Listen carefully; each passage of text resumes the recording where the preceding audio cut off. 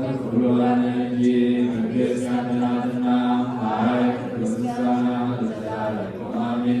እመቤታችን ቅድስት ድንግል ማርያም ሆይ በመልአኩ በቅዱስ ገብርኤል ሰላምታ ሰላም እንልሻለን። በሐሳብሽ ድንግል ነሽ፣ በሥጋሽም ድንግል ነሽ። የአሸናፊ እግዚአብሔር እናት ሆይ ሰላምታ ላንቺ ይገባሻል። ከሴቶች ሁሉ ተለይተሽ አንቺ የተባረክሽ ነሽ፣ የማኅፀንሽ ፍሬ ቡሩክ ነው።